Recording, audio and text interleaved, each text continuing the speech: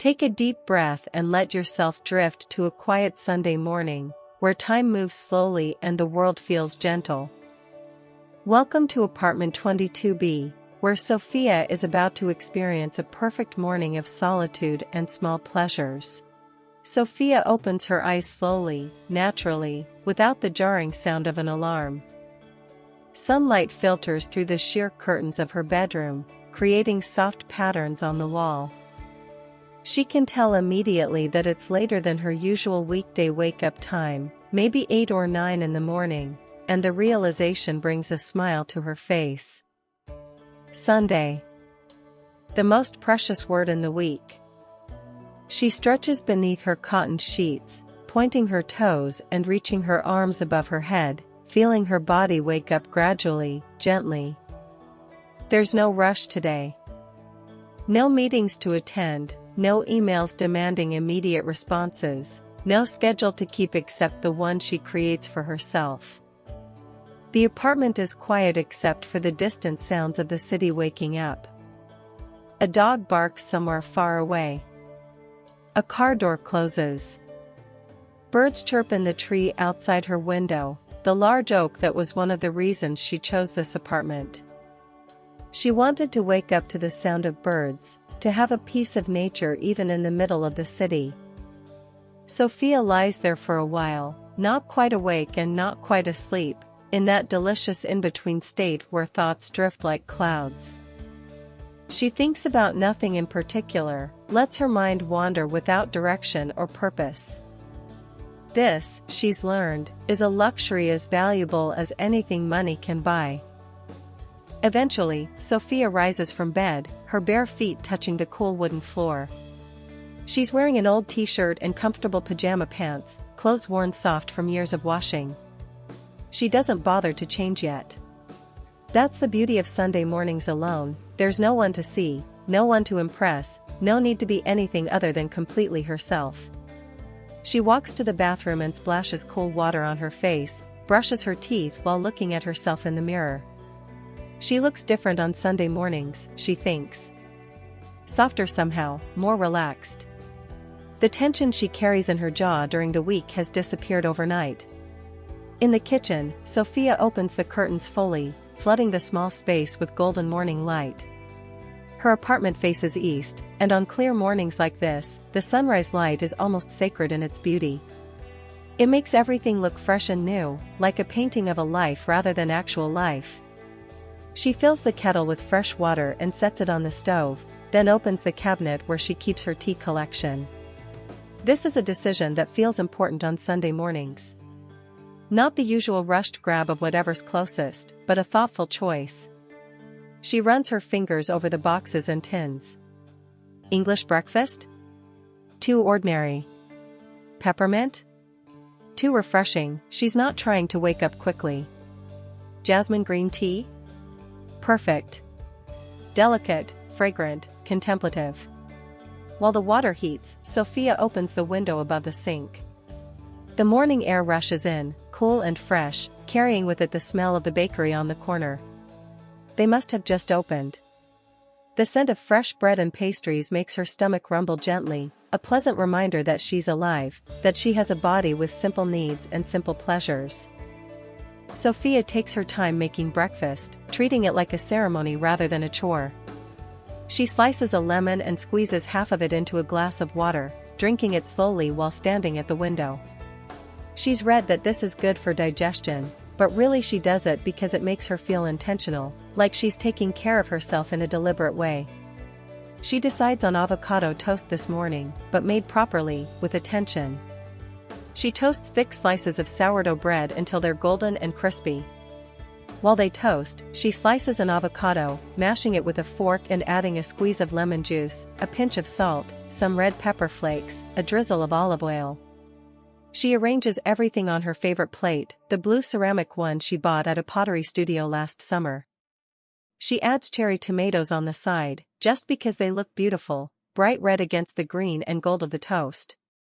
She grinds some black pepper over everything, then steps back to admire her work. It's a simple breakfast, but it looks like something from a magazine, made with care and attention. Sofia carries her plate and her tea to the small table by the living room window, the one that looks out over the street. She settles into her chair, tucking one leg beneath her, and begins to eat slowly, really tasting each bite, watching the neighborhood come to life below. From her second-floor perch, Sofia watches the Sunday morning unfold. It's a different rhythm than weekdays, gentler and more varied. There's no rush hour, no stream of people hurrying to work. Instead, there are individuals, each moving at their own pace, each inhabiting their own Sunday. An elderly man walks by with two small dogs on leashes, stopping frequently to let them sniff lampposts and fire hydrants. He's in no hurry. He's got all the time in the world. A woman in yoga clothes jogs past, but even her running looks relaxed, not the desperate, stressed running of someone trying to fit exercise into a packed schedule.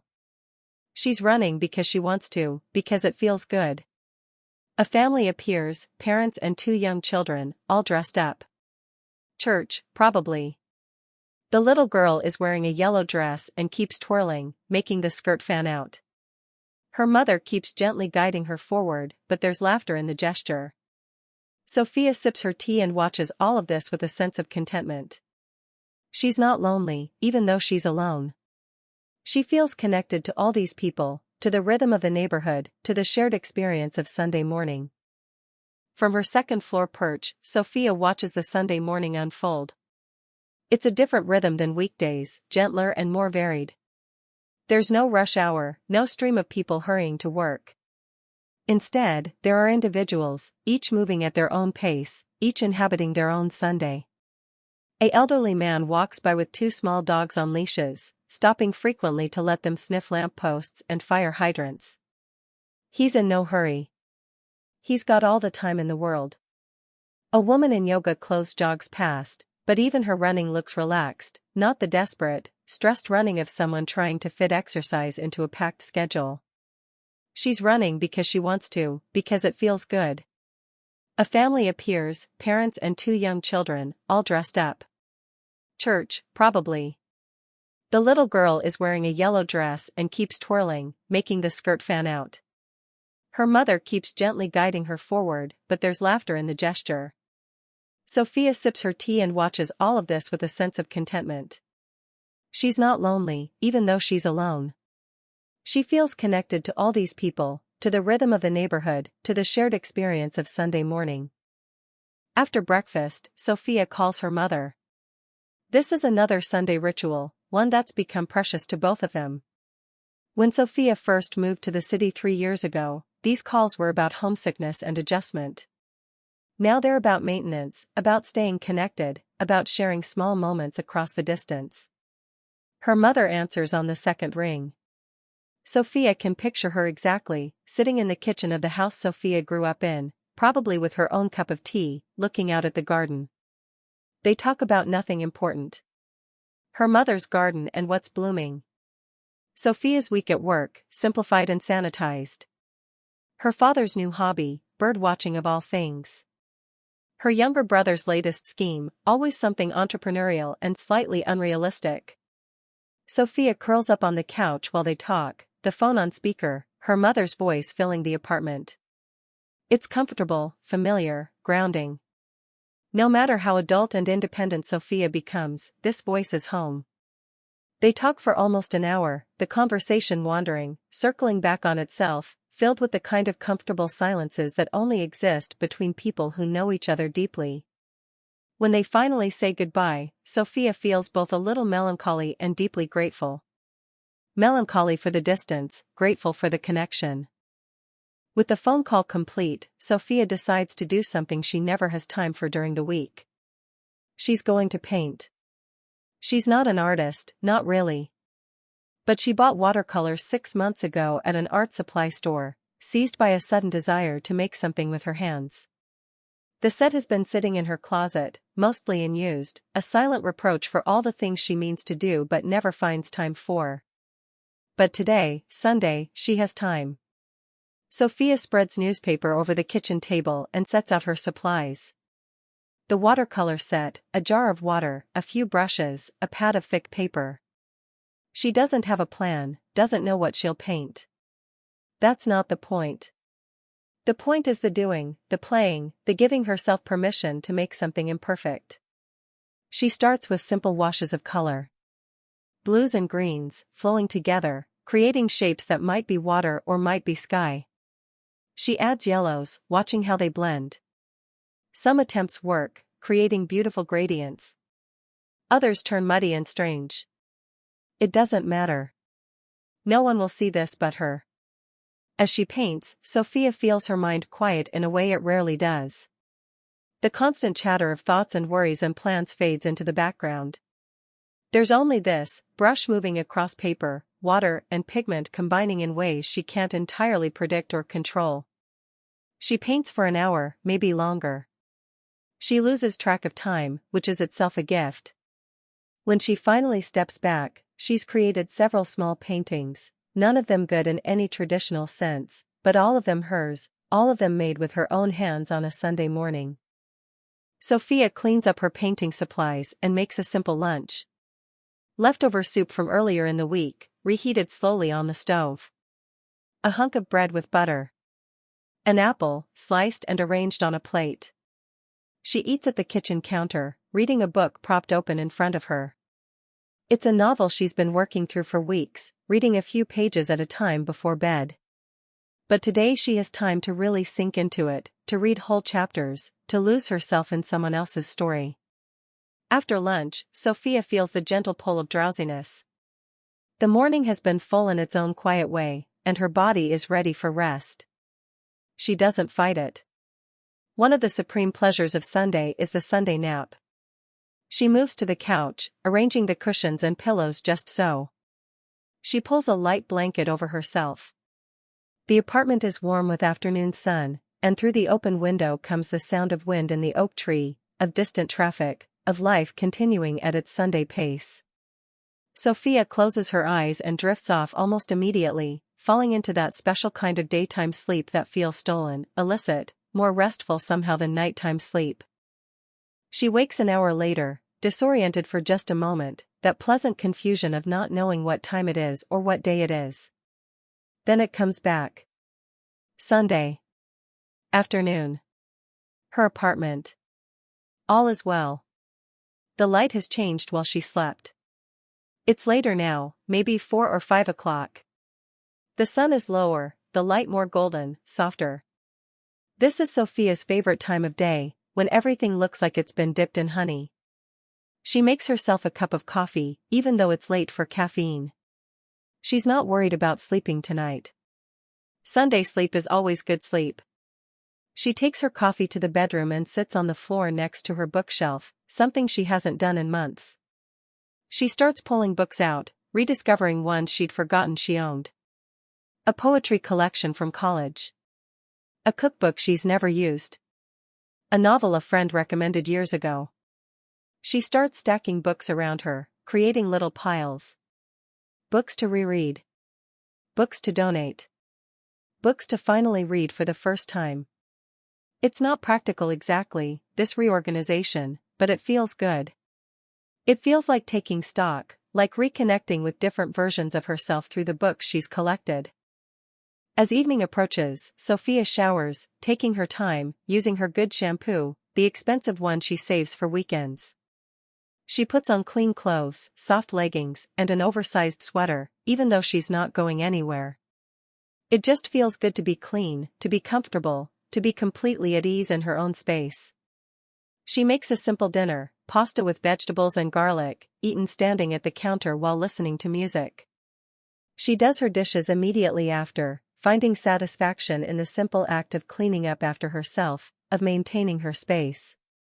As the sky darkens outside, Sofia moves around the apartment turning on lamps, creating pools of warm light. She doesn't turn on the overhead lights. Those are too bright, too harsh for Sunday evening. She wants gentle light, light that creates ambience rather than just illumination. She settles back on the couch with her book, reading until her eyes grow heavy. She thinks about watching something on television but decides against it. The quiet feels too good to break. Around 9 o'clock, Sofia begins her transition from weekend to week. She lays out her clothes for Monday, chooses her outfit with care, prepares her lunch for the next day. These small acts of organization make Monday morning easier, less rushed. She reviews her calendar for the week, makes a few notes in her planner. She doesn't dwell on work stress or obligations. She simply acknowledges what's coming, prepares as much as she can, then lets it go. She washes her face, brushes her teeth, does her simple skincare routine. In the mirror, she looks different than she did this morning. More present somehow.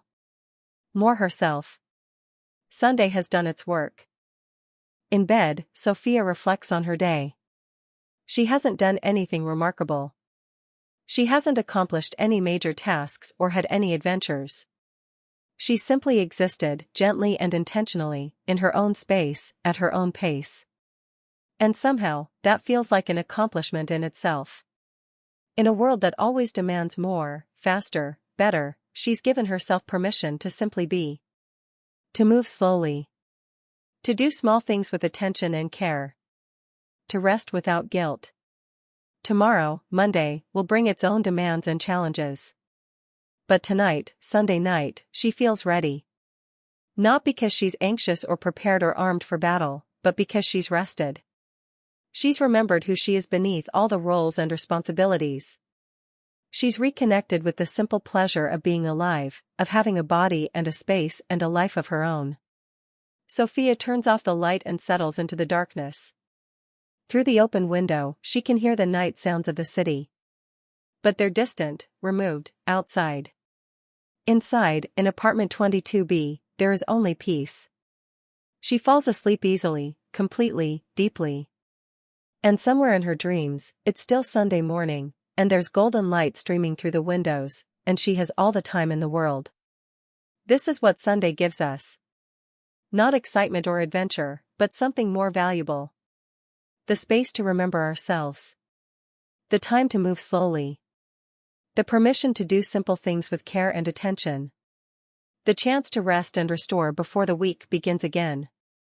In apartments and houses all over the world, people are having their own version of Sunday. Some are loud and full of family. Some are active and adventurous. But some, like Sofia's, are quiet and solitary and intentional. And they're all valid. They're all valuable. The gift of Sunday is the gift of time. Time to be rather than do. Time to restore rather than deplete.